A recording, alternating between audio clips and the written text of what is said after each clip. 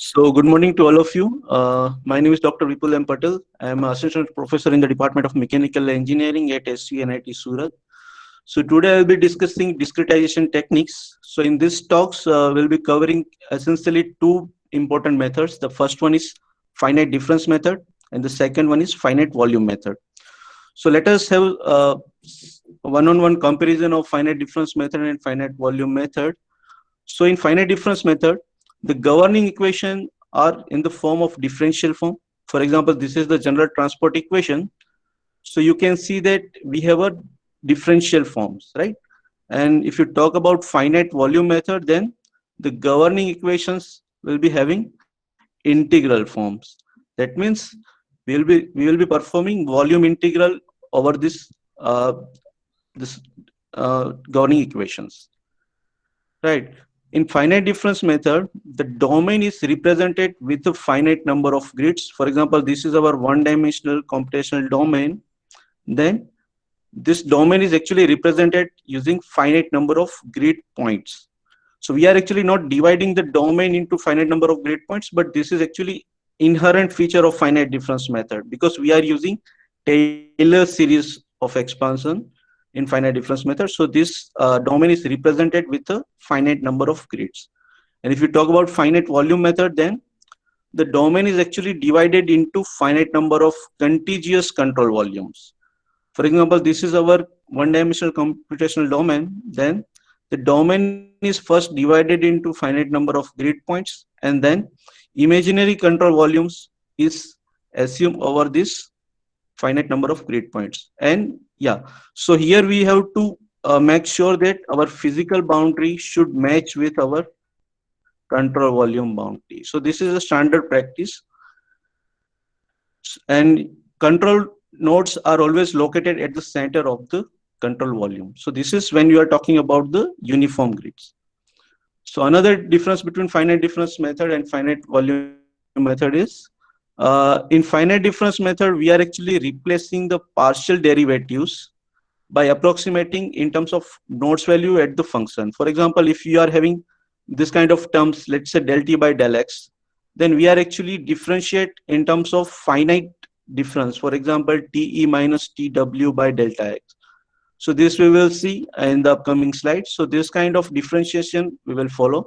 Whereas when you talk about, okay, so because of this, we will be having one algebraic equation per grid node. So if there are n grid points, then you will be having n number of algebraic equations. And the good part of this finite difference method is all the equations are linear. So that's why it is very easy to solve. And one of the limitation you can say with finite difference method is it is applied to structural grids. So if you are having some non-dimensional, or you can say ununiform this boundary, then it is very difficult to use finite difference method for this kind of geometry, right? So it is not impossible, but it is very difficult to apply this finite difference method to complex geometries. And when you talk about finite volume method, then here we will apply conservation equation to each control volume. So this conservation is very important. So if we are talking about the conservation of momentum, then we will apply conservation of momentum to each control volume. So this is one of the good feature of finite volume method. And then the important feature of this finite volume method is it is applied to any type of grids, especially complex geometry. That's why if you talk about this ANSYS Fluent, then this commercial software like ANSYS Fluent works on the basis of finite volume method.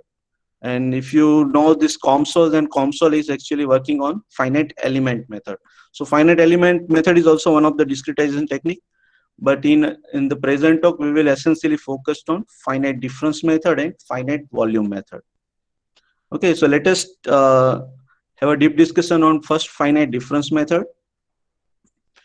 So in finite difference method, this finite difference method is used to express derivatives in terms of suitable algebraic differences using Taylor series expansion.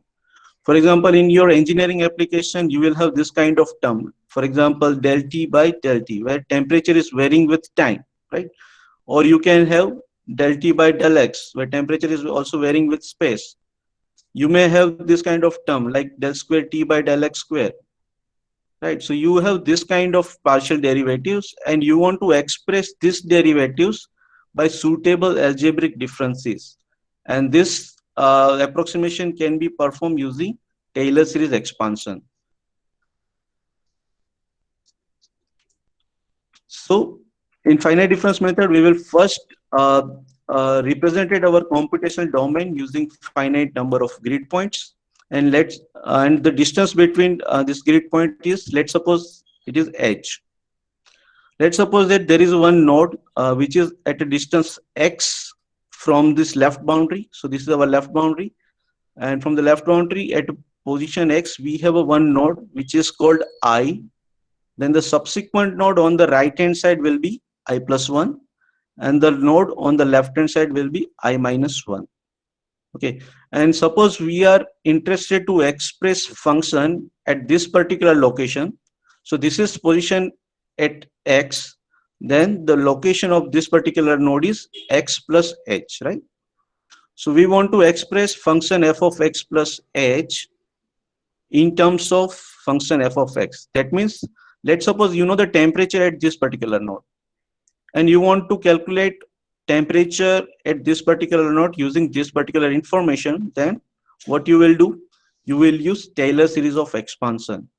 So what is Taylor series of expansion for this particular function? That is, f of x plus h is represented as a f of x plus h times f prime x plus h square by 2 factorials f double prime x plus higher order term. So this is the equation for to represent it f of x plus h in terms of f of x. Similarly, if you want to represent f of x minus h, so this is f of x minus h, and you want to calculate this function with the by using the information provided at f of x, then you will have second equation for f of x minus h, which is equal to f of x minus h times f prime x plus h square by 2 factorial f double prime x plus higher order terms. So you have two equations. One is for f of x plus h, and the other one is for f of x minus h, right? And let's suppose we are interested to first have a form for f prime x. So what is the approximate form for f prime x? Then we will first utilize equation number 1, that is the equation for f of x plus h. Okay, so if you are interested to find this f of f prime x, then what you will do, you will bring this particular term to the left hand side. Similarly, you can bring this all the terms to the left hand side. So you will get f prime x is equal to f of x plus h, which is this particular term, minus f of x divided by h. So this product h will be comes into the denominator part, and then you will have minus h by 2 f double prime x, and here also you will have minus terms, right? So here you should have minus terms. So this is the representation of f prime x, but you'll be having infinite number of terms on the right hand side. But in numerical methods, you can't take all the terms. So in that case, let us assume that we will only consider the first term on the right hand side, and we will neglect the remaining term. So if you neglect this remaining term, then you will have error, right? So this error is called truncational error. Truncational error. So we have neglected these higher order terms. So this is the final form of f prime x, which was derived from equation 1. And if you neglect this higher order term, then what is the order of accuracy of this approximation? So the order of accuracy is represented by the first term which you are neglecting on the truncation series. So the order of accuracy for this approximation is h.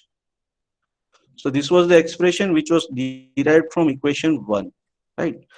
So now here also we have a f prime x. So you can use this particular equation to define f prime x. So how we will do that? So let us bring this particular term to the left hand side. So that we will have a plus h into f prime x, and we can bring this particular term to the right hand side, right? So using equation 2, you can represent f prime x as a f of x minus f of h minus x divided by h, because we have this product of h. Then we will have h by 2 into f double prime x plus higher order terms.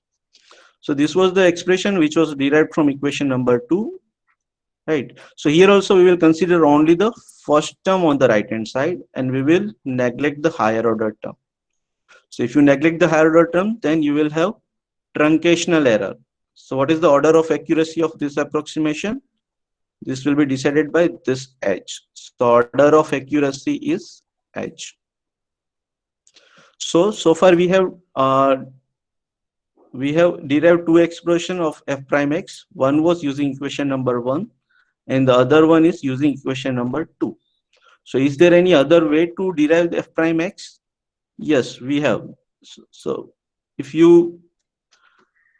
we have equation number 1 and equation number 2. So let us perform this particular operation. So if you add these two equations, then because of this opposite sign, you will lose this term, right? But we don't want to lose this. We don't want to lose this term. So what we will do? We will subtract equation 2 from equation number 1. So if you subtract, then you will have change in your sign, correct? So if you perform this operation, that is equation 1 minus equation 2, then you will get this particular form, that f of x plus h minus f of x minus h divided by 2h, because now we have a change in sign, so you'll have h plus h, so you'll have 2h, so this comes into the denominator part. Then you will have h square by 3 factorials into f triple prime x, and so on, right? So here also we'll do the same argument, that let us consider only the first term on the right hand side, and let us neglect the higher order term. So if you neglect the higher order term, then you will have truncation error. And what is the order of accuracy? Order of accuracy is h square. So here you are having order of accuracy h square. And this particular scheme, so this particular discretization is called central difference approximation.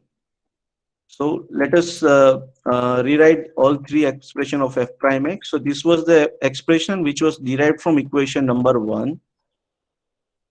So this was the expression which was derived from equation number 2. And this equation, this expression was derived by performing this operation, that is equation 1 minus equation 2.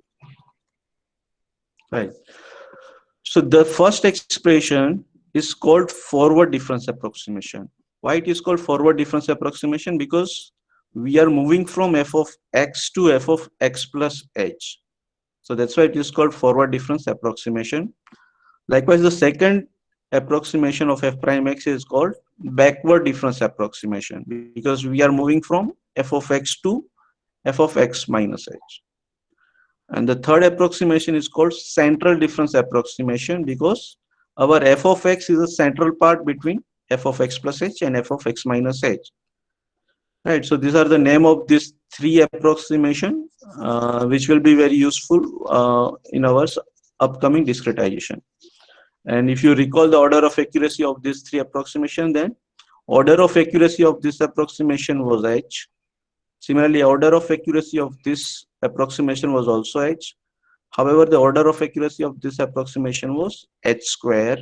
That's why it is more accurate as compared to the first two approximations. Okay, so we have understood how to derive f prime x, that is the first order derivative. But in your engineering application, you will also have second order derivatives. For example, if you talk about this Fourier's law of heat conduction, then you will have k into del square t by del x square plus k into del square t by del y square, which is equal to 0. So this is the case of second order derivative, right? So you will have f double prime x. So how to approximate f double prime x? So for that, let us rewrite the Taylor series expansion for f x plus h and f of x minus h.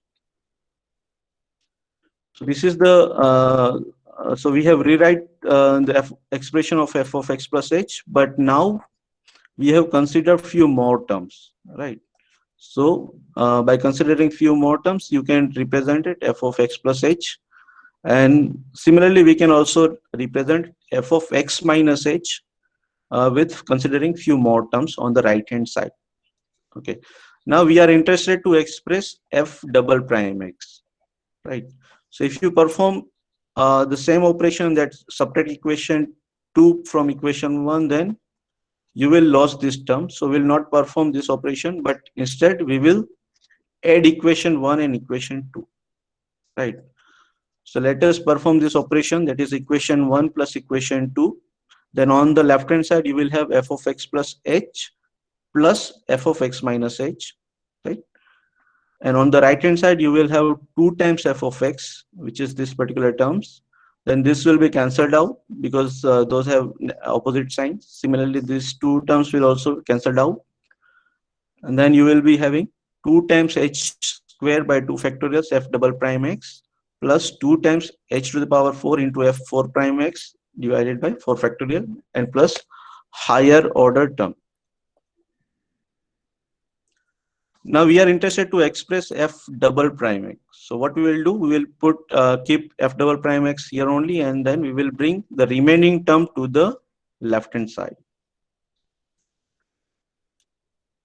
So if you perform that particular operation, then you will have f double prime x, which is this term, is equal to f of x plus h minus 2 times f of x, because we have brought this term on the left hand side. So you will have minus 2 times f of x, then plus f of x minus h divided by h square, right? So because this 2 and 2 will get cancelled, so you will have this h square as a product.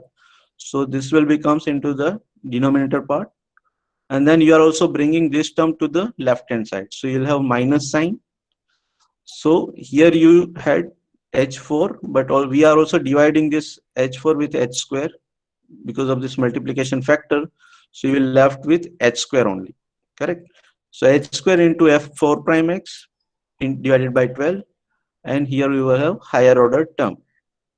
So this is the expression of f double prime x, and we will here also will consider only the first term on the right hand side, and we will neglect the higher order term, correct? So we will neglect the higher order term. So if you neglect these terms, then you will have truncation error, and the order of accuracy of this expression is decided by this particular term. So order of accuracy is h square. Okay, so far, so this is the final expression of f double prime x. And what is the name of this expression? So this expression is called central difference formulation for the second order derivative, right? So for f single prime x, we had 3 different approximation. One was forward, the other one was backward, and the third one was central difference approximation for the first order derivative. And if you talk about f double prime x, then we have discussed central difference approximation for the second order derivative, right? So here you had first order derivative, and now here we are having second order derivative. So we will utilize this approximation to have a better understanding for the governing equations. So in order to have better understanding, let us consider one-dimensional steady state heat conduction problem. Okay, so if it is a one-dimensional and steady state problem, then the governing equation, so this is our computational domain, where the left hand is maintained at x equal to 0, the right hand is maintained at x equal to L location, and let's suppose this left hand is maintained at adiabatic condition. So what is adiabatic condition? That heat flux Q is equal to 0. And what about the right boundary? So you can assume that, let us assume that this end is maintained at some temperature TL. So this is the governing equation which governs the heat transfer in this particular domain, right? So d by dx into k into dt by dx is equal to 0. So this is actually your ordinary differential equation, where you have a dependent variable t and independent variable, only one independent variable x. Now let us assume that thermal conductivity of this particular domain is constant throughout the domain. So you can bring out this particular term out of the bracket, and your equations reduces to k into d square t by dx square is equal to 0. So this is the equation which we need to approximate it using finite difference method. So this is the form of d square f double prime x, correct? Because we are having d square t by dx square. So for f double prime x, we can use central difference approximation, which we just covered in our previous slide. And the beauty of that scheme is it is having order of accuracy h square, which is more accurate as compared to the scheme which is having order of accuracy h, right? So let us apply central difference approximation for this particular term. So if you recall our previous slide, then f double prime x can be represented as a f of x plus h minus 2 times f of x plus f of x minus h divided by h square, where h is the distance between two grid points, right? So let us first divide our computational domain into finite number of grid points. So this is our computational domain, which is divided into, let's say, 5 grid points, where node number 1 and node number 5 are boundary nodes, and node number 2, 3, and 4 are domain nodes. So now we have this node number, so you can also represent this function in terms of node number also. So if so we'll use generalized numbering system. So if there is any node I, then the node on the right hand side will be I plus 1, and the node on the left hand side will be I minus 1. So the second order differential derivative can be represented as a, so our function is actually temperature, right? So here d square t by dx square can be represented as a temperature at the right neighboring node, that is t of I plus 1, minus 2 times temperature of that particular ith node plus temperature of left neighboring node, that is t of I minus 1 divided by h square. So this is the finite difference approximation of this particular term. And if you multiply this particular term with k, then you will have discretized form of our governing equation, right? And you have to remember that this node, so this equation is applicable to intermediate nodes, that is node number 2, 3, and 4. Why it is not applicable to this boundary nodes? Because you need to have neighboring node on the both sides, right? For example, if you talk about this node number 2, then you have nodes on the right hand as well as on the left hand. Similarly, for node number 3, you have the neighboring node, and for node number 4 also you have neighboring node 3 and 5. But if you talk about this particular boundary node, then you have only the node on the right hand side. You don't have any node on the left hand side, right? Similarly, for node number 5, you have node on this left neighboring part, but you don't have any node on the right neighboring part. So this particular equation is only applicable to intermediate nodes, not for the boundary nodes. So let us apply this particular equation to our problem. So this was our computational domain, which was divided into 5 number of grid points, and this was our boundary condition, that the left hand boundary is maintained at adiabatic condition and the right hand boundary is maintained at some constant temperature Ts. And this was our main governing equation, which is applicable to any node I, right? This is applicable to any node I.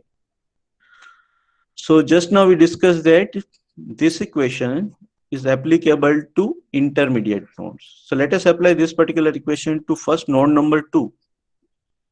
So in order to apply this equation to node number 2, just put I equal to 2 in this equation. So you will get k into T3, which is a right neighboring node of this particular ith node, minus 2 times T2 plus T1 divided by h square is equal to 0, where h is the distance between two nodes, two consecutive nodes. So this was the equation for node number 2. Now similarly, we can also write equation for node number 3 by just substituting I equal to 3 here. So you will get k times T4 minus 2 T3 plus T2 divided by h square is equal to 0. And similarly for node number 4, just put I equal to 4 in this equation and you will get k times T5 minus 2 times T4 plus T3 divided by h square is equal to 0. So these three equations are applicable for intermediate nodes 2, 3, and 4. Now, what about this boundary nodes? So let's first discuss node number 5. So temperature of this node 5 is fixed to some temperature TL. So we don't have to apply any equation. You just utilize this boundary condition, that is T5 is equal to TL. Maybe in your example, it is given that this boundary is maintained at 100 degrees Celsius. So you don't have to use any equations, right? You just put T5 is equal to 100 and you got your value. So for node number 5, you just use whatever temperature condition is given to you. But what about a node number 1, right?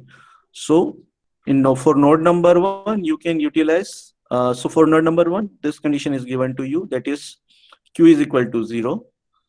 So Q, what is Q? Q is actually your conductive heat flux, which can be represented as a K into dt by dx at node number 1. So this is the case of F single prime x. So you remember that in F prime x, you have 3 choices, right? The first one is called forward difference approximation. The second one is backward difference approximation, and third one is central difference approximation. So let us start from here only. So if you talk about central difference approximation, then you have to have 2 nodes surrounding your boundary, because if you recall this equation, then F prime x is equal to f of x plus h minus f of x minus h, and here you had, I think, h square, right? So you have this node f of x plus h, but you don't have any node on the left hand side, so you can't use this central difference approximation. Similarly, if you talk about this backward difference approximation, then f prime x is represented as a f of x minus f of x minus h and divided by h. So we are talking about this particular location x. So you have this node f of x, but you don't have any node on the left hand side. So you cannot use this backward difference approximation. So you are left with only one scheme, that is forward difference approximation, which is represented as f of x, f prime x equal to f of x plus h minus f of x divided by h. So this is your location x, then f of x plus h is nothing but this particular point, right? And your function is nothing but your temperature. So you can write that T2, temperature at node 2, minus temperature at node 1 divided by, let's suppose this distance is h, then T2 minus T1 divided by h, and this should be equal to 0, right? Because we are talking about this particular equation. So let me remove this thing. So for the first, for the node number 1, you have to use forward difference approximation, because this is the node which is available to you. So here you can write forward difference approximation as a K into T2 minus T1 divided by H, and obviously this is equal to 0. So K cannot be 0, right? Because thermal conductivity is given to you. So you will left with this term, that is T2 minus T1 divided by H is equal to 0. So you will left with this particular result, that is T1 is equal to T2, that is temperature of node 1 is equal to temperature of node 2, and because of this condition, your conductive heat flux is equal to 0, because for temperature to for heat flux to transfer from the one node to another node, you should have some finite temperature difference, but here we don't have any finite temperature difference, so we don't have any heat flow, right? Now you also have to remember here that in mathematical sense, you can say that T1 is equal to T2 and T2 is equal to T1 are same, right? But in coding, or you can say in numerical method, these two are totally different, right? And this is this you will more realize when you develop your code. So once you solve the equation for node temperature for node number 2, 3, 4, and 5, and then the immediate step will be you will equate T1 is equal to T2. That is, you will update your temperature 1 with temperature of 2. So those who are working on the coding part, they must have realized this significance of this particular formulation. So now we have 5 equations, and we have 5 unknown, that is T1, T2, T3, and T4, and T5. So you can solve this system of linear equation, right? Okay, so let us have a quick recap, quick view on possible types of boundary conditions. So in your numerical scheme, you will have 3 essential boundary condition. The first one is called Dirichlet boundary condition. Then the second one is Newman boundary condition, and third one is Robin boundary condition. So what is Dirichlet boundary condition? In Dirichlet boundary condition, value of the dependent variables is specified. So if you are working on the heat transfer related conduction heat transfer, then your dependent variable is temperature. If you are analyzing fluid flow through pipe, then your dependent variable may be velocity, right? So this is your dependent. So the value of dependent variable is specified in Dirichlet boundary condition. In Newman boundary condition, the value of gradient of the dependent variable is specified. For example, let's suppose this is a wall where on the left hand wall you are receiving some sort of heat flux. So heat flux is represented as K into dt by dx, right? If you are talking about this diffusion part, right? Then this is actually gradient of your dependent variable. Then if you talk about third boundary condition, that is called Robin boundary condition, then the value of the dependent variable is expressed as a function of gradient. So we'll see this boundary condition in the upcoming slide. So in Dirichlet boundary condition, let us take an example of steady state heat conduction in 2-dimensional domain. So this is our 2-dimensional domain, and let's suppose temperature of all the boundaries are provided. Let's suppose this left hand is maintained at some temperature TL. The right hand is also maintained at some temperature TR. The top and bottom boundary is also maintained at some temperature. Let's suppose this is maintained at 50 degrees Celsius. This is having 100 degrees Celsius. Here you are having 200 degrees Celsius, and here let's suppose it is 75 degrees Celsius. So this is your governing equation, Laplace equation, which is used to solve steady state heat transfer in 2-dimensional domain.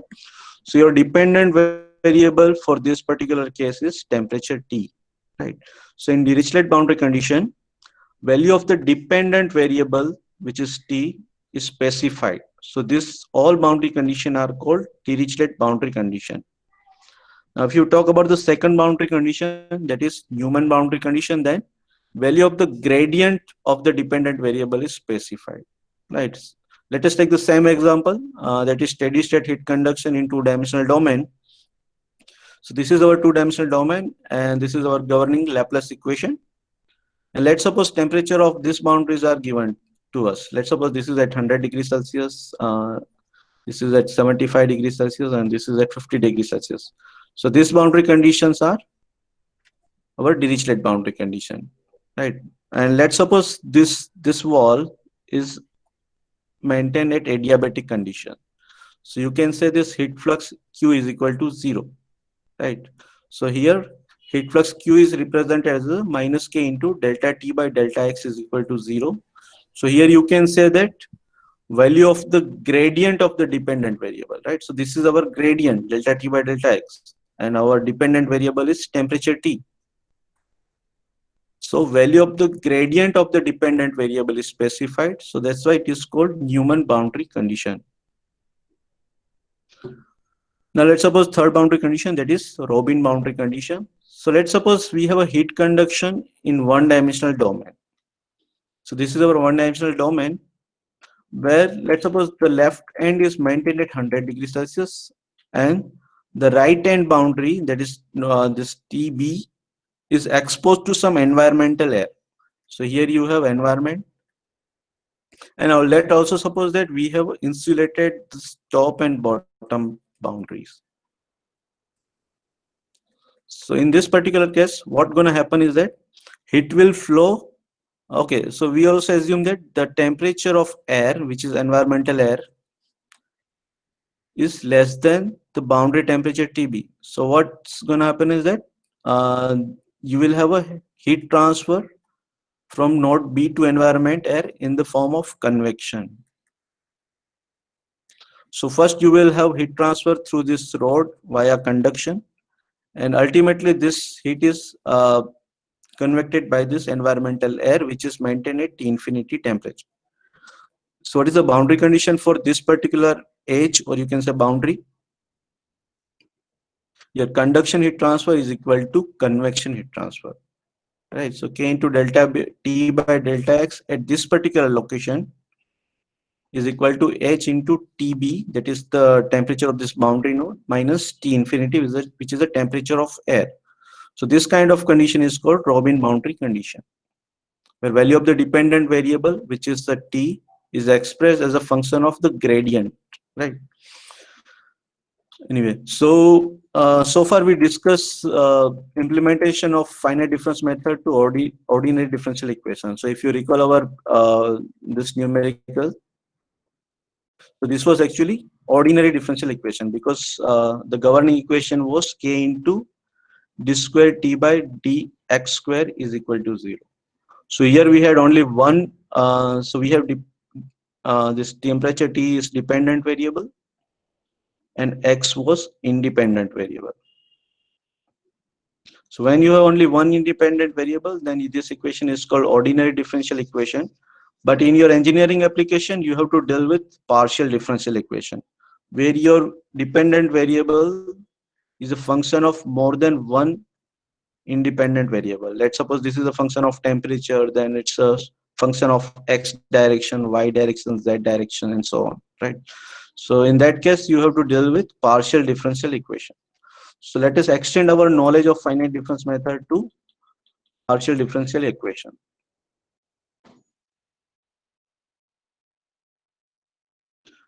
Okay, so so we just saw that in ordinary differential equation you will have only one independent variable. So let's suppose this is a governing equation, then y is your dependent variable and x is your independent variable, right? So here you have only one independent variable. That's why this equation comes under the category of ordinary differential equation. But if you talk about this particular equation, so in partial differential equation, you will have more than one independent variables, right? So suppose this is our governing equation, then you have dependent variable u. So this is our dependent variable, and you have two independent variable. One is x and y. So our independent variables are more than one. That's why this equation comes under the category of partial differential equation. So let us consider one practical example to differentiate ordinary and partial differential equation. So let us, we have one hot water bath, which is maintained at 100 degrees Celsius. And we have one spherical ball, which was initially maintained at 25 degrees Celsius, which was can be considered as a room temperature. And when we submerge this spherical ball into our hot water bath, then we have a temperature difference between water and still ball. Because of this temperature difference, you will have heat transfer from the water bath to the still ball, right? So here let us make one important assumption, that let's suppose ball is a lump system. So what is lump system? So in lump system, we will assume that once heat entered from the boundary to this domain, then it will propagate through infinite speed. What it means? It means that you take any point in your domain, you will get the same temperature at any instant of time. So this is the physical significance of lump system. So if you consider ball as a lump system, then your governing equation is represented as the convection heat transfer is equal to mCp d theta by dt, right? So this is our governing equation, which was resulted by considering ball as a lump system. So here, what is your dependent variable? Theta. Theta is your temperature. So this is your dependent variable, and time t is your independent variable. So since you have only one independent variable, this particular equation is called ordinary differential equation, and that's why you will use d sign here.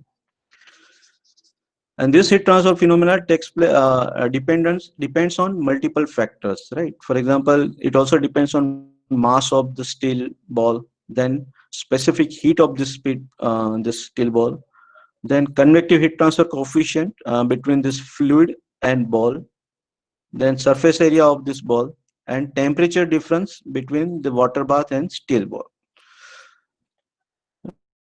Right. So this was the assumption of a lump system where you can assume that temperature, if you measure at periphery or at the core of your ball, you will get the same temperature. So this was the approximation which we have considered in the analysis. But if you take the realistic case, then ball is not a lump system, right? So this assumption may false. That depends actually on the material property.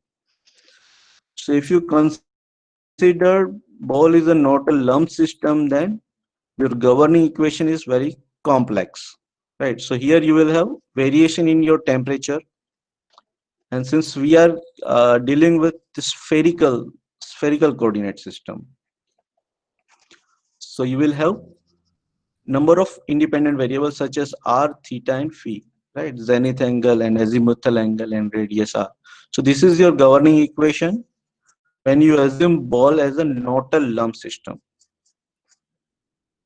So your independent variables are r. First independent variable is r. Then the second independent variable is theta. Third independent variable is phi. And fourth independent variable is obviously time, because we are actually analyzing the variation of this particular ball with time, right? So you have four independent variables, r, theta, phi, and t.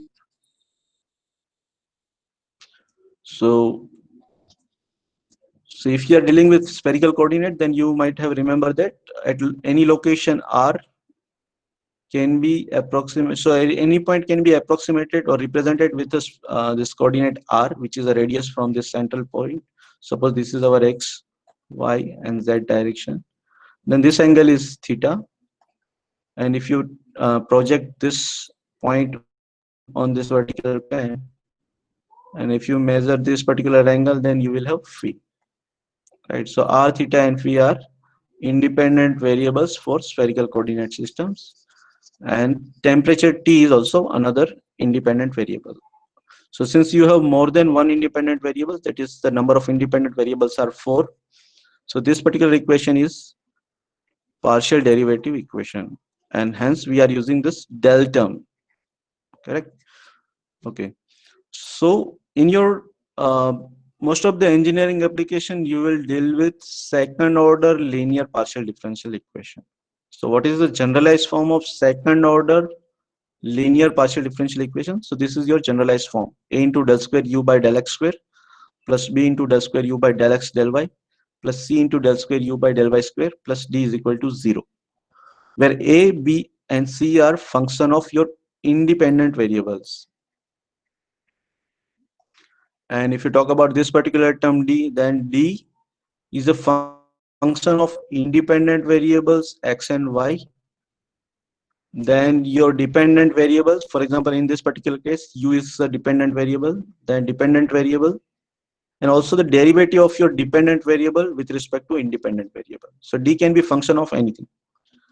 So this you have to remember. Okay, so this second order linear partial differential equations can be classified into three important categories. That is elliptic equation, parabolic equation, and hyperbolic equation.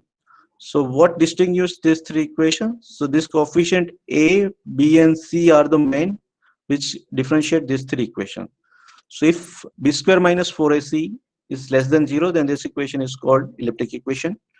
And for any equation, if b square minus 4ac is exactly equal to 0, then you will have parabolic equation. And if b square minus 4ac is greater than 0, then that equation is called hyperbolic equation. So let us take one example for each of this category. So first we will discuss elliptic equation. So for elliptic equation, let us consider two-dimensional steady state heat transfer. So this is the case of steady state heat transfer in two-dimensional domain. So in order to analyze or in order to find out temperature distribution in two-dimensional domain, you will use Laplace equation, that is del square T by del x square plus del square T by del y square is equal to 0.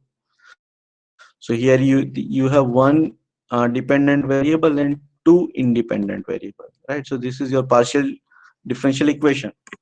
So now you want to calculate what is the A, B, and C for this particular equation. Then what you will do, you will have one-on-one comparison with your Laplace equation with the generalized form. So if you compare this particular term, that is del square u by del x square and del square t by del x square, then you can realize that your coefficient A is actually 1. Then you don't have any term like del square t by del x and del y. Sorry, this is del x. So you don't have any terms which is similar to this particular expression in this equation. So you can say that b is equal to 0. And if you compare this particular term with this expression, then you can realize that c is equal to 1. And you don't have any other terms, so you can say that d is equal to 0. So you have the value of a, b, and c. Then what you will do, you will just put this value in b square minus 4ac. So b is equal to 0, 4, a is equal to 1, c is equal to 1. So this is nothing but minus 4, which is less than 0. So this Laplace equation comes under the category of elliptic equation. So this was the first example of elliptic equation. And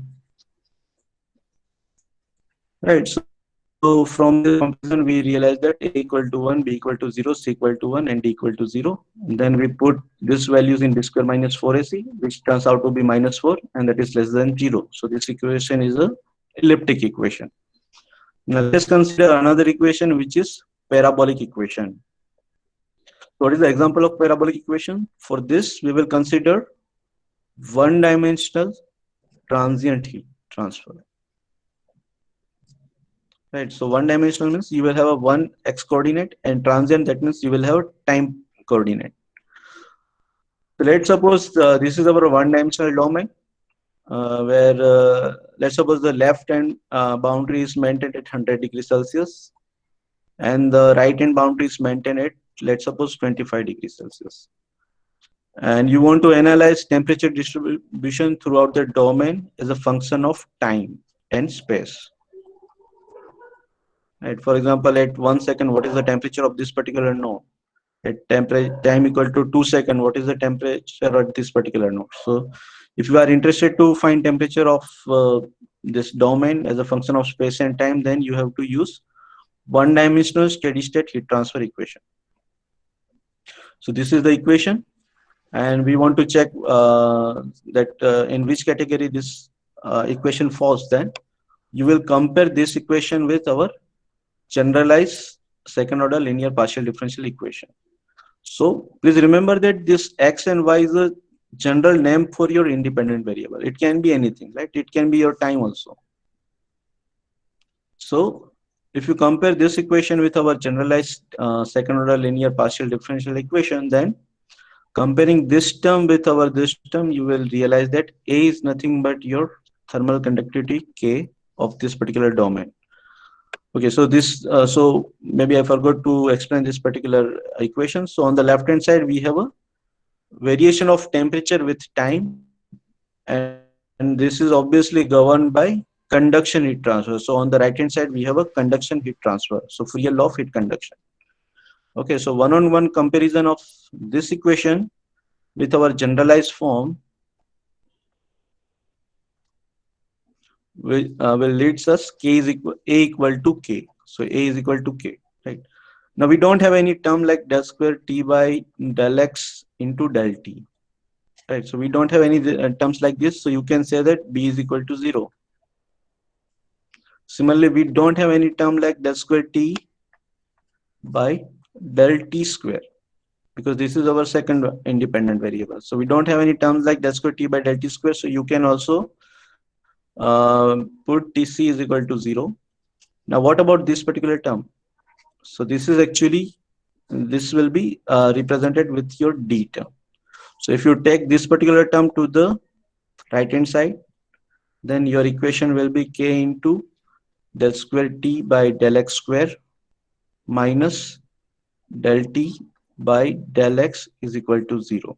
So what is the coefficient of del T by del X? The coefficient is actually -1.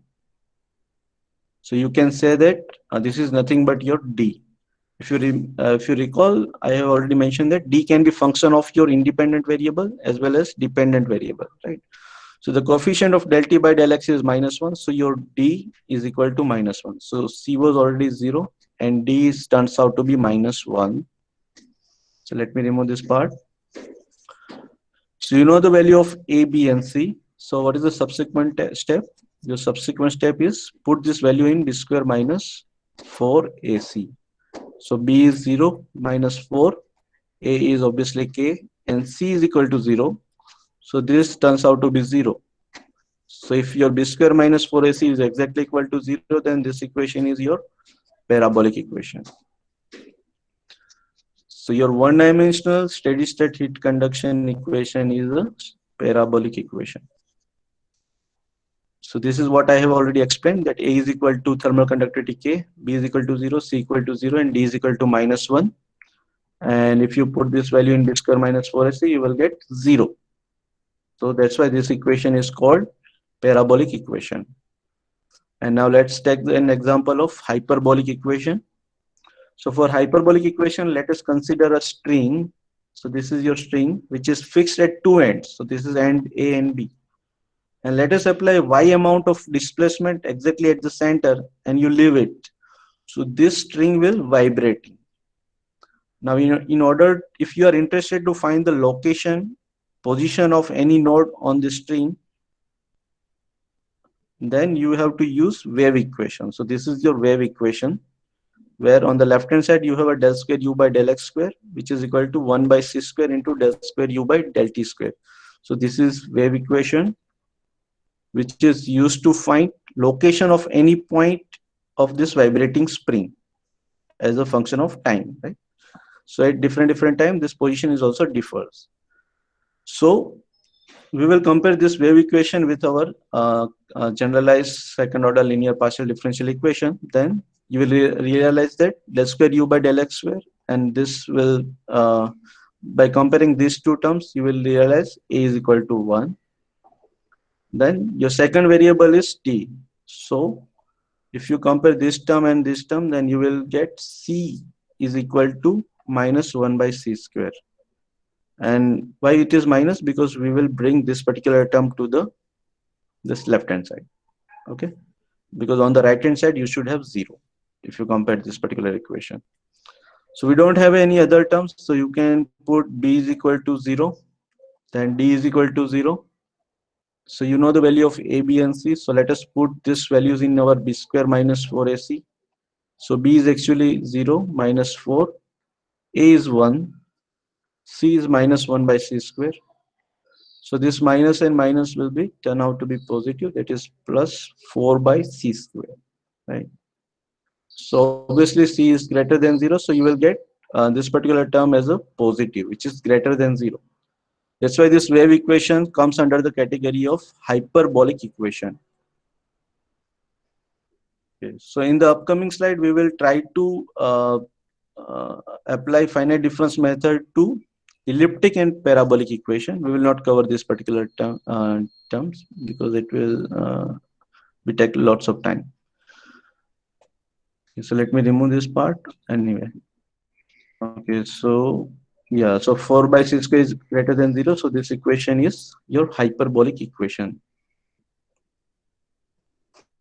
So let us apply finite difference method to first partial differential equation. So we have already classified this partial differential equation into elliptic equation, parabolic equation, and hyperbolic equation.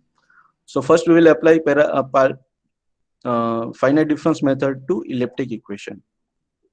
Then we will apply to parabolic equation. Okay. So this is just a recap. When b square minus 4ac is less than 0, then you can say your equation is elliptic equation. And the example which we covered is Laplace equation, right? So when you compare this particular form with our generalized form, then you will realize that b square minus 4ac is -4. That's why this equation is your elliptic equation. Okay, so here you are having derivatives, that is del square t by del x square and del square t by del y square. So if you remember our initial slide, then we first obtain derivatives of single prime x, which are forward difference approximation, backward difference approximation, and central difference approximation for the first order, right? Because we are discussing first order. And for second order derivative, we derive central difference approximation for the second order. So this is the case of second order derivative, that is f double prime. This is also the case of f double prime. So for these two approximation, we can use central difference approximation. Correct. So we will try to replace this terms with the central difference approximation, which we derived from Taylor series of expansion.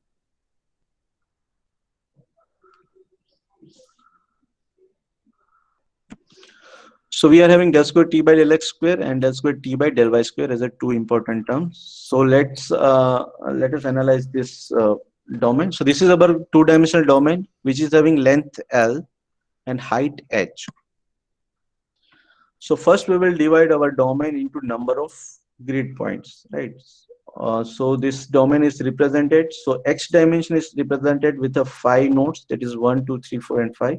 Similarly, this y coordinate is, or you can say height is divided into 5 nodes, that is 1, 2, 3, 4, and 5. So what is your delta x? So delta x will be L divided by 4, right? Because here is 1, 2, 3, and 4. So delta x is equal to L, which is length of this domain, divided by 4. Similarly, height h. So delta y is nothing but your height h divided by 4, right? So we have divided this domain into 5 parts. So delta y is also equal to h by 4. So let us have a enlarged version of this particular discretized part. So in finite difference method, we will use generalized numbering system. So let's suppose this node is identified as a node I comma j. Then the node on the right hand side will be, so we have variation only in the x direction. So you will have I plus 1 comma j. Similarly, here you will have I minus 1 comma j. If you talk about this particular node, then this will be I comma j plus 1. And this particular node is called I comma j minus 1, right? And here also you can represent your node accordingly. So these are the node on the right hand, left hand, top and bottom. So this is the numbering system we will adopt while deriving equations for all the intermediate nodes. So this was our generalized governing equation, that was Laplace equation, and this was the our domain, which was represented with the node ij.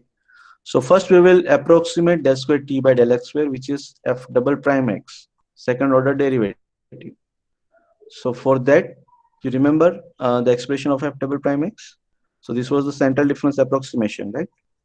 Where you will take node on the right hand minus 2 times node of that particular x location, and then you will have node on the left neighboring node, that is f of x minus h, and divided by h square. So if you talk about this particular term, then in the denominator you are having x coordinate. That's why while approximating this particular equation, we will use these 3 nodes. Which are nodes? Which we will use these 3 nodes to approximate this particular term. So how we can do that? Okay, and in order to represent this del square t by del y square, we will use these 3 nodes.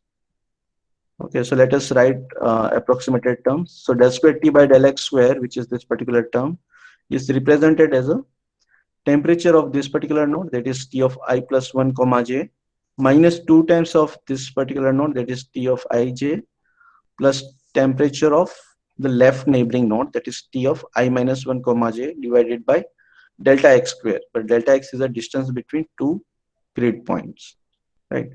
So this was the finite difference approximation for del square t by del x square. And then how to represent del square t by del y square? It is very easy. So if you talk about this del square t by del y square, then we will take these 3 nodes.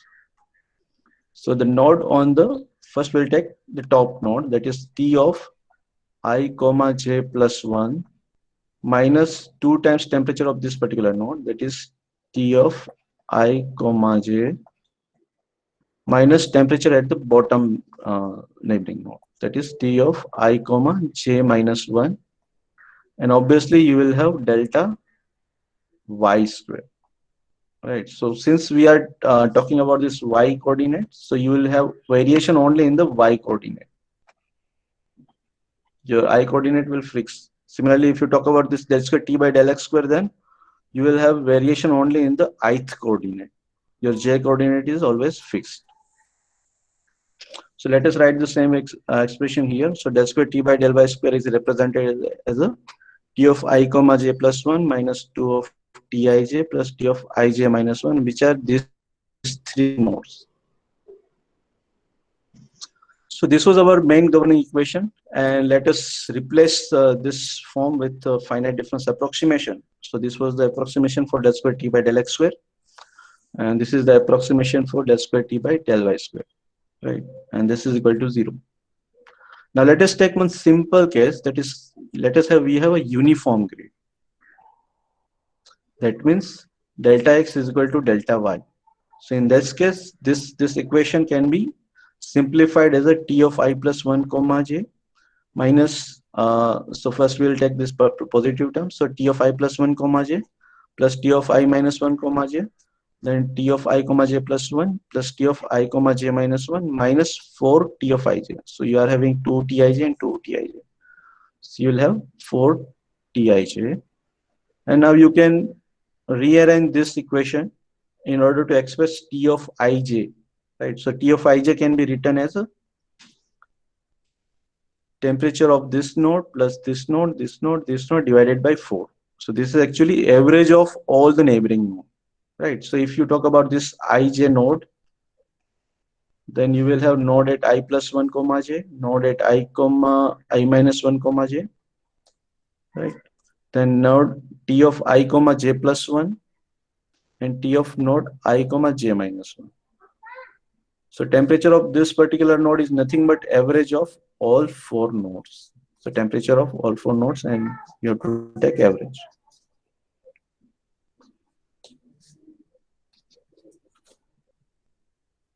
Okay, so this equation is applicable to all the grid nodes, right? So this is the equation for node number, for example, this is node number 2, 2. And then you will have node number 3 comma t, right? So this is 3 and 2. So you will have node number 3, 2, 4, 2. So you have to apply this equation to all these intermediate nodes. Then you will have sets of equations. So sets of this kind of linear equation, and then you have to solve those equations simultaneously. So for those, we have a solution methods, and one of the most famous method is Gauss-Seidel method.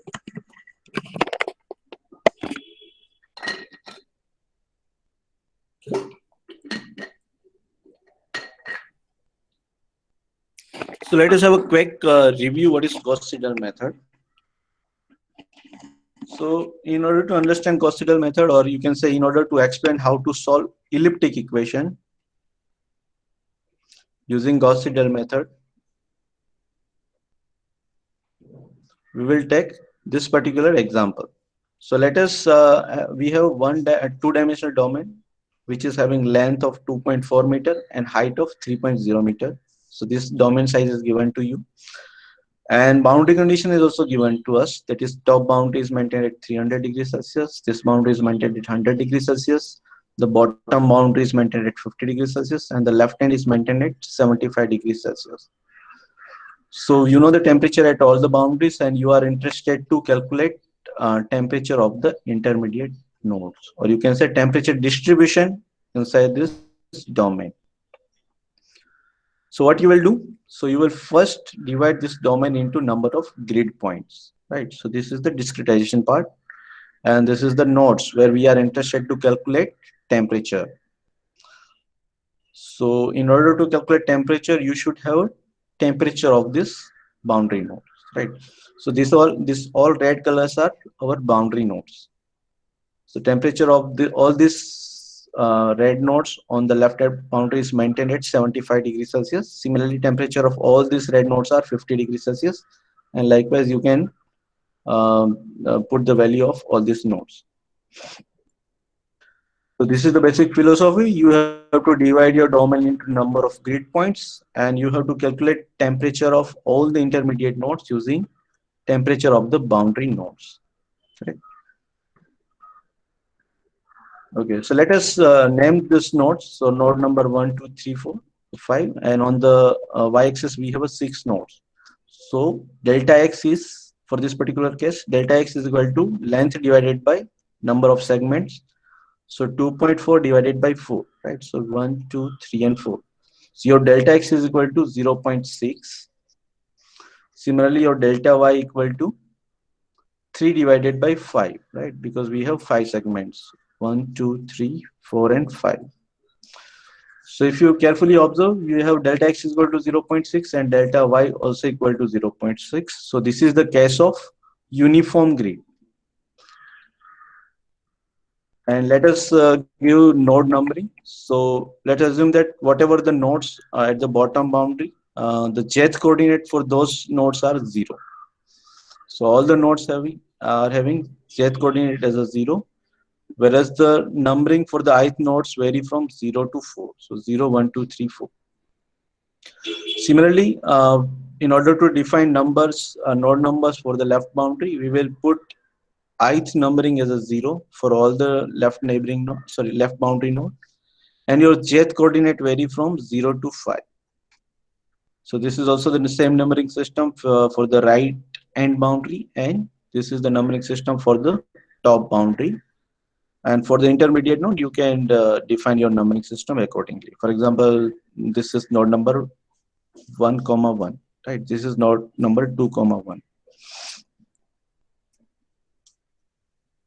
So this is our governing equation, the Laplace equation, that is del square t by del x square plus del square t by del y square is equal to 0. And in our previous slide, we approximated this del square t by del x square with a central difference approximation for the second order.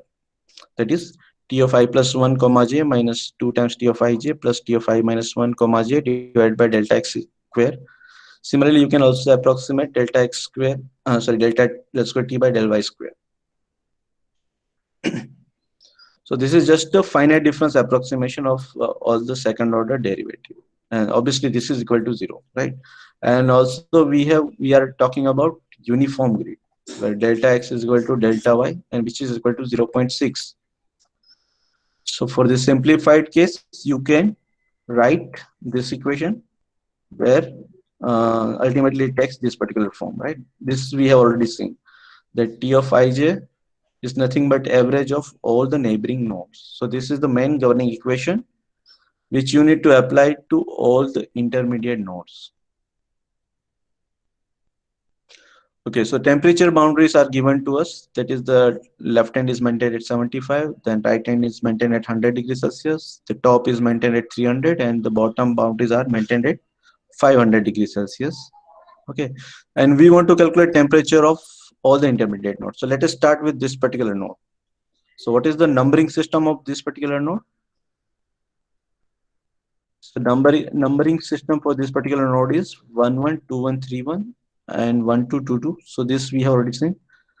So what is the issue here? So if you want to calculate temperature of this particular node, then this equation suggests that temperature of this particular node is nothing but average of all 4 neighboring nodes. Right. So you know the temperature of this left neighboring node because boundary condition is given to us. Similarly, we know the temperature of the bottom boundary, right? Because this 50 degrees Celsius is given to us. But we don't know what is the temperature here. We are actually interested to calculate this temperature distribution, right? So how to deal with this? So this is standard practice in numerical scheme that you will start your iteration with some initial guess. So you can take any guess as to run your iteration, and your final solution should not be dependent on this initial guess. So for the simplicity, let us assume the domain temperature is 0 degrees Celsius.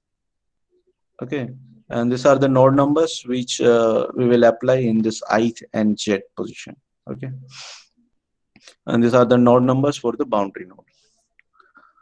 So we are first interested to calculate temperature of node 1 1. So we'll put I equal to 1 and j equal to 1 in this equation, and you will get this particular form. That is, the temperature of this node is the average of node number T21, then node number of T of 01, which is this term, the node number temperature of this node, that is T of 12, and temperature of this node, that is T of 10, and this is the averaging of this temperature.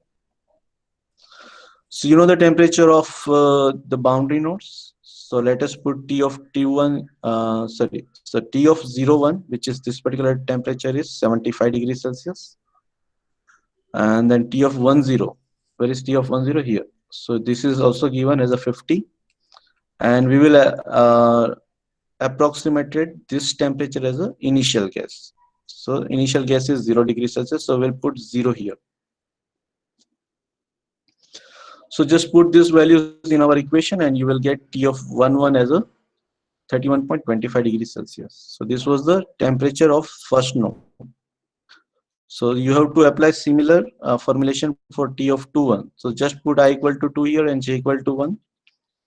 And here also you know the temperature of this node only, right? T of 20 is given because of boundary condition. But what about these nodes? So temperature of these nodes will be taken from initial gas, which is 0 degrees Celsius. So if you put these values, then you will get T of 21 is at 12.5 degrees Celsius. So you have to repeat this process to all the intermediate nodes, all the domain nodes. So you start with this point, and once you reach this particular point, so this will be called iteration 1. Iteration 1, right? So so this was the initial gas with which we started our first iteration. So boundary temperature was defined to us, and we approximated domain temperature as a 0 degrees Celsius. So this was our initial gas, and at the end of first iteration, this is the resultant temperature distribution which we obtain by putting these values. Okay, so please remember that here you will have some decimal points, but in order to have some simple representation, I have removed those decimal points. So this is the temperature distribution at the end of first iteration. So now what's next? Have we reached our final solution? I guess no. But what is the criteria to decide that part? So in order to decide whether we have reached final solution or not, we will calculate error. Which error? Approximate error. So what is approximate error? So the difference between present iteration and previous iteration is called approximate error. For example, for this particular node, 31 minus 0 is 31. So your error is 31. For example, for this nodes, your error is 12 minus 0, which is equal to 12. So you will have error for all these points, right? Since this on the left hand side we have a 0 everywhere, so you can say this is the this is also error values. So where we will focus, we will focus only on the point where error is maximum. So here is the point where error is maximum, right? If you see all this error, then it is less than 100. So we have to focus only on those points where error is maximum. So if we can say that this formulation or this iteration has an error of 100, then this is a huge error. And so we have to repeat this process until this error reduces to some acceptable limit. So what is that acceptable limit is called convergence criteria. Convergence criteria. So let us assume that we have put this convergence criteria as a 0.001. So you people are also doing some hands-on session of ANSYS Fluent, right? So where there also you are limiting this parameter. For example, x velocity, we will iterate our process until this this error value reduces to 0.0001 or 10 to the power minus 6 something. So this is nothing but your convergence criteria. Okay, so we have fixed in our mind that we will repeat the same process again and again until the maximum error reduces to convergence criteria of 0.001. So why only 0.001? You can so your this value, this convergence criteria actually depends on your sensitivity of your problem. For example, if you are analyzing some blood flow through this blood vessels, right? So in this particular case, your velocity of blood is also low, right? So in that case, your problem is very sensitive. So in that case, you have to reduce your convergence criteria to 10 to the power minus 9 or minus 12. That depends. So this is the physical importance of that convergence criteria. So this was the temperature distribution at the end of first iteration.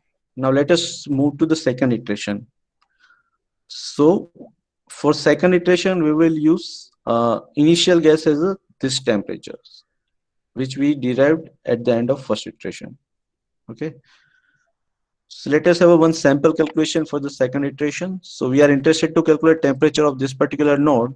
Then this temperature of this node is nothing but average of node number 1, 2, 3, and 4. So you know the temperature of these nodes because boundary conditions are given to us. So you just straight away put this value 75 and 50 here. But what about these nodes? For these nodes, we will use the temperature which we derived at the end of first iteration. So just put this value in our equation and you will get T11 as a 39.062 degrees Celsius for the second iteration. So you have to repeat the same process for all the intermediate nodes, right? So this, once you reach the final node here, this will be your end of the second iteration. So this is the temperature distribution at the end of first iteration. And this is also the initial guess for our second iteration.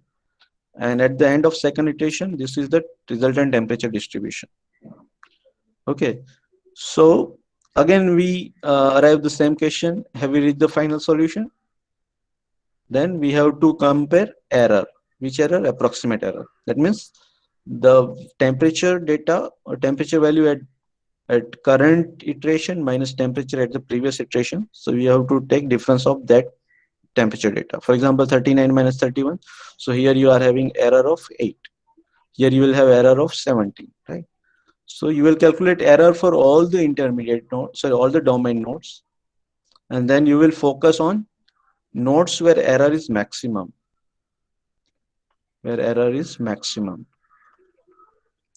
So for this particular iteration, your maximum error is located here. So 123 minus 75 is 48. So now, if you remember our previous slide, then maximum error was here. And now it is moved its position as well as the value is also changed. So now maximum error is, maximum absolute error is 48. And this is also not satisfying our convergence criteria, right? Because we have to repeat this process until we reach the point where this absolute error is less than 0.001. So what you will do, you will perform the third iteration. But the problem with this kind of calculation is if you perform this calculation on pen and paper, then it will take lots of time, right? So this calculation on pen and paper is not advisable. So in that case, we can go for code. So let me,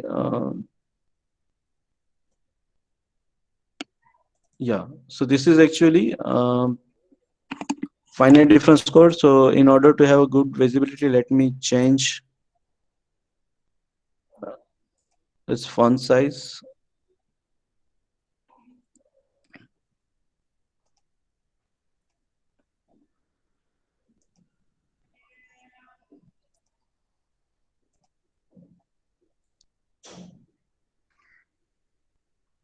Okay, so let me have a, Okay, so maybe I hope you are able to see my so this is actually Fortran code where we have defined length is equal to 2.4 and height is equal to 3.0.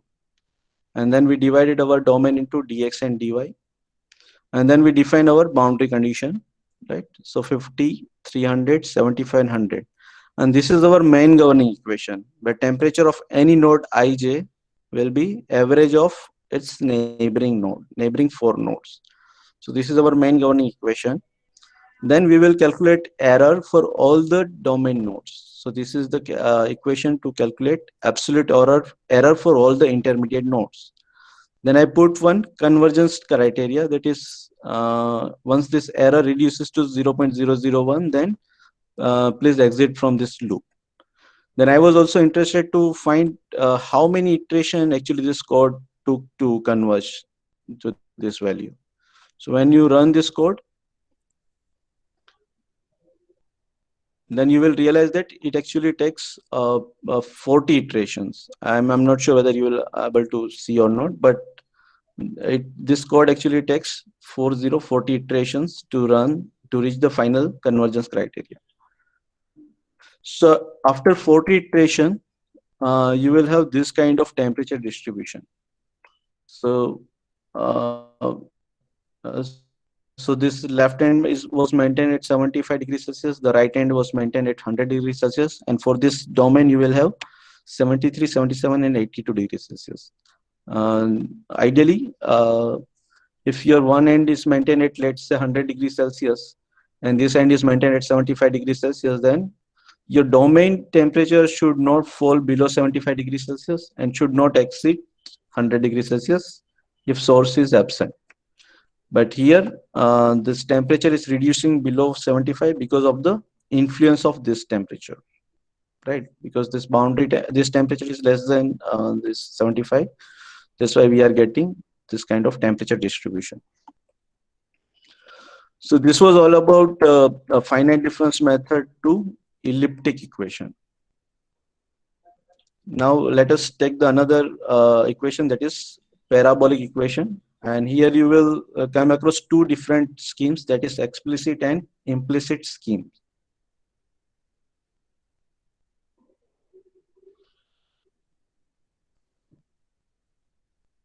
Okay, so this was the problem which we considered while classifying parabolic equations. So this is the case of one-dimensional heat conduction, and it is transient heat conduction, right? So this was our generalized formulation of second order linear partial differential equation. So when you compare this equation with this particular form, then you will have A is equal to alpha, which is the thermal diffusivity. Then B is equal to 0, because we don't have any term like del square T by del X del T, right? So that's why you will have B is equal to 0. Then also we don't have any term like del square T by del T square. So you can say C is also equal to 0, right? And D is equal to -1, because these terms will comes on the left hand side and it will be having -1 sign, right? Anyway, we will not bother about D, because our classification essentially depends on A, B, and C. So by putting this value in B square minus 4AC, you will get B square minus 4AC is equal to 0. That's why this equation is parabolic equation. So let us apply finite difference method to this parabolic equation. So on the left hand side, we have a first order derivative, right? And on the on the right hand side, you are having second order derivative. So this derivative is a function of time, and this derivative is a function of space. So if you recall our first initial slide, then for the second order derivative, we have a central difference approximation. Whereas for the first order derivative, we had three choices: forward difference, backward difference, and central difference approximation.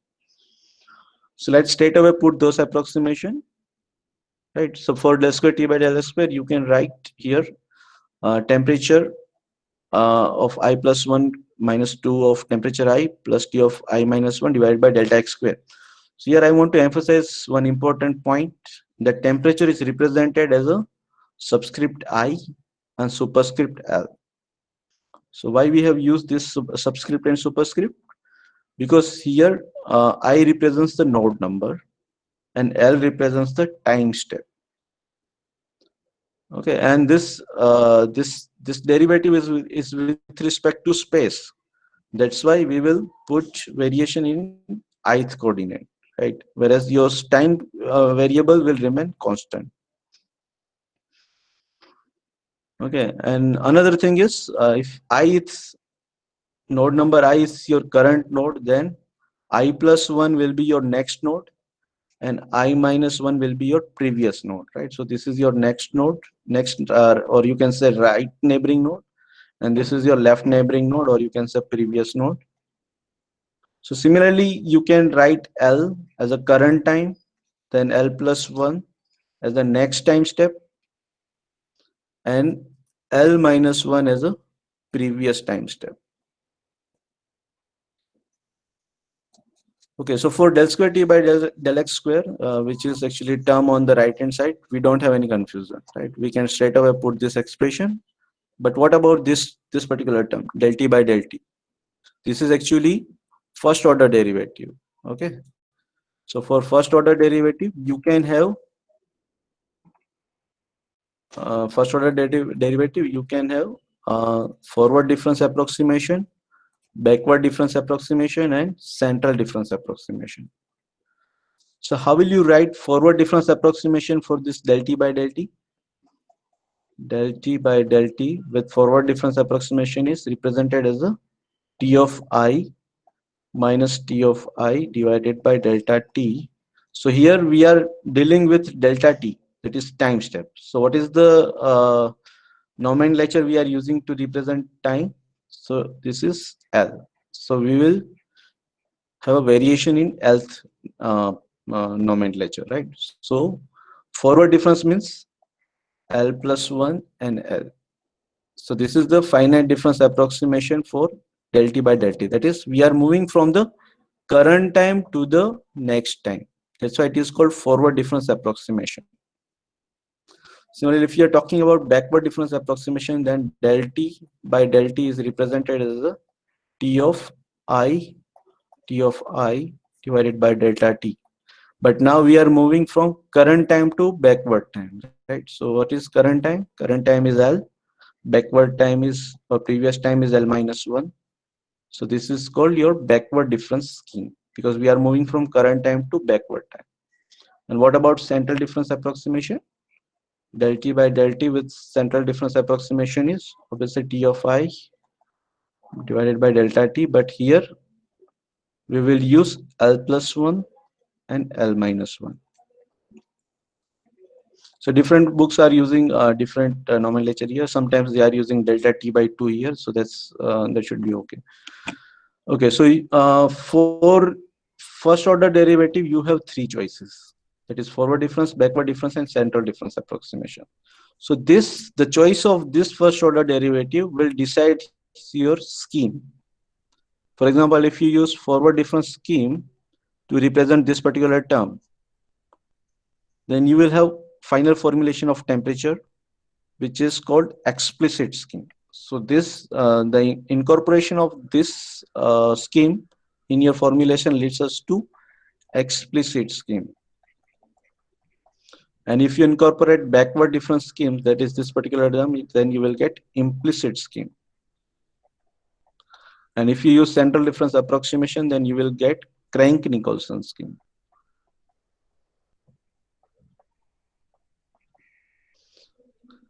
So we will try to understand explicit and implicit scheme by putting the forward and difference back approximation for del t by del t term.